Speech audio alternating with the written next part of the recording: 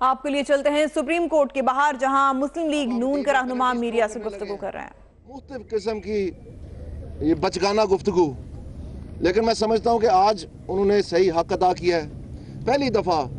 ہمیں یہ محسوس ہوا ہے کہ ان کی طرف سے سچ ہوا ہے اور انہوں نے پوری بات کو ایک کوزے میں بند کر دیا۔ آج عدالت میں جرا کے دوران انہوں نے کہا، میلارڈ ہم تو یہاں سارے کا سارا آپ کا وقت ضائع کر رہے ہیں، یہ لفظ تھے۔ اور اس سے پہلے انہوں نے یہ بھی کہا کہ اگر یہ فیصلہ اس طرح نہ آیا تو یہاں پر جمہوری روایات جو ہیں وہ ختم ہو جائیں گی اور خانہ جنگی ہوگی۔ تو ہم یہ کہتے ہیں کہ ایک طرف یہ میٹھا میٹھا ہپ ہپ اور کڑوا کڑوا تھو تھو، ایک طرف یہ کہتے ہیں ہم عدالت کا احترام کرتے ہیں، جو عدالتی فیصلہ ہوگا ہم اس کو مانیں گے، اور دوسری جانب ساتھ عدالت کو ایک دھمکانے کا عمل جو ہے وہ جاری و ساری ہے، اور یہ پہلے دن سے ہے۔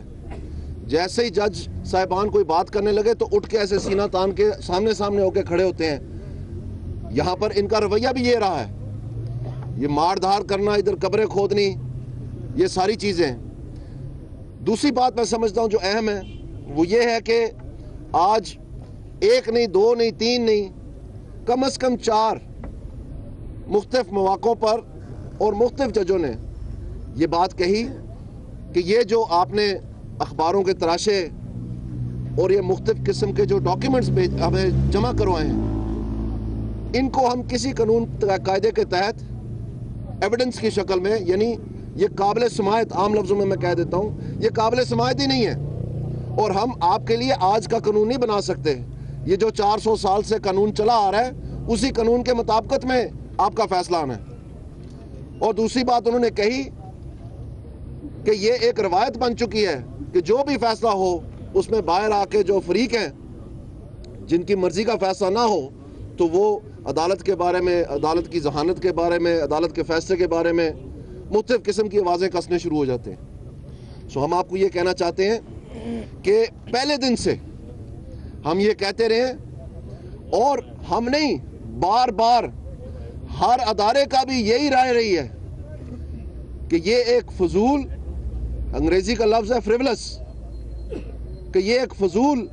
بے بنیاد درخواست ہے۔ بھائی جان ہیلو پلیز، کہ یہ ایک فضول بے بنیاد درخواست ہے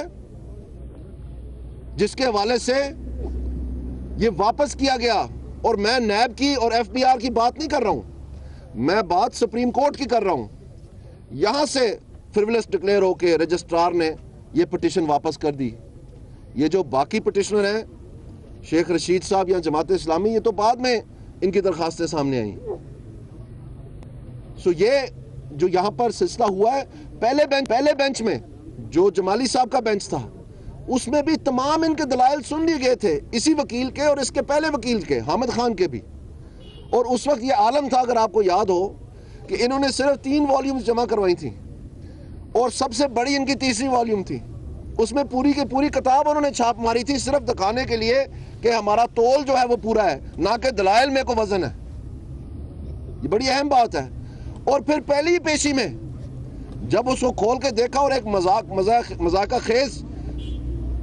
سما بن گیا عدالت کے اندر، تو انہوں نے کہا کہ جناب ہم یہ ایک ورقہ نہیں، پوری کی پوری والیوم واپس لیتے ہیں۔ اس وقت یہ جملہ آیا تھا کہ یہ تو پکوڑوں کے کاغذ ہیں، تو اس میں لسی بنانے کی تقریبیں تھیں، اس میں گجریلا پکانے کے طریقہ کار بتائے ہوئے تھے۔ آپ خود اندازہ کریں، اس سارے پروسیس کے بعد جو جمالی صاحب کا بینچ تھا انہوں نے ہمارے دلائل تک نہیں سنے، صرف 10 منٹ ملے تھے سلمان بٹ کو، اس نے اپنی شروعات ہی کی تھی۔ جب بریک ہوئی واپس آ کے انہوں نے کہا کہ ہم یہ آپ کو کہہ سکتے ہیں کہ اگر کمیشن بنانا چاہتے ہیں تو آپ کی رائے ہم لے لیتے ہیں۔ میں آج دوبارہ یہ بات دہراتا ہوں، اور یہ بار بار دہرائیں گے ہم، کہ اس کی کیا وجہ تھی کہ جمالی صاحب کو کمیشن بنانا کی تجویز کرنی پڑی۔ اس کی وجہ یہ تھی وہی جو آج اس بینچ نے کہا ہے کہ یہ جتنے بھی آپ نے کاغذ دیے یہ قابل سماعت نہیں ہے۔ تو انہوں نے کہا اس وقت کہ اگر آپ کمیشن بنائیں گے تو یہ ٹریوسٹی آف جسٹس ہوگی، یہ آپ کو انصاف کو ٹھکرانے کے لیے جو ہے کمیشن بنایا۔ یہ ان کے لفظ تھے اس وقت، میں آپ کو یاد کرواتا ہوں۔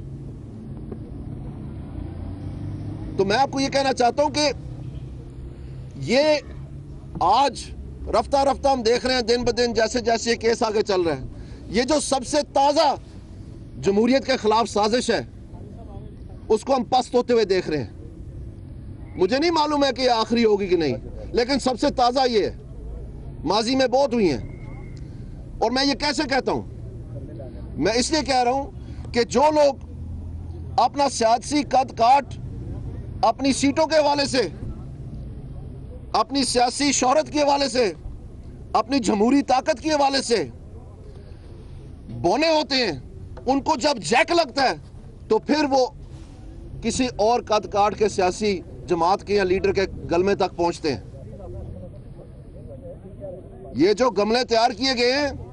یہ جو جیک لگے ہوئے، یہ تاریخ میں پاکستان میں بار بار سامنے آئے ہیں، اور یہ ہماری خوش بختی ہے اور اللہ تعالیٰ کی مہربانی ہے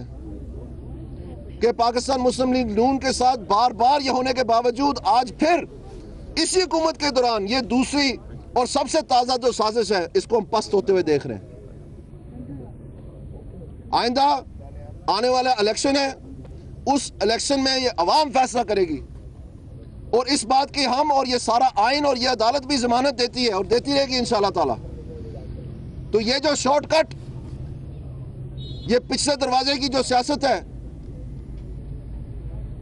اس کا دور جو ہے وہ اپنا خاتمے کی طرف، اختتام کی طرف چلا گیا ہے۔ پاکستان میں پہلی مرتبہ ایک جمہوری حکومت نے بذریعہ الیکشن ایک دوسری جمہوری جماعت کو اختیارات سونپے،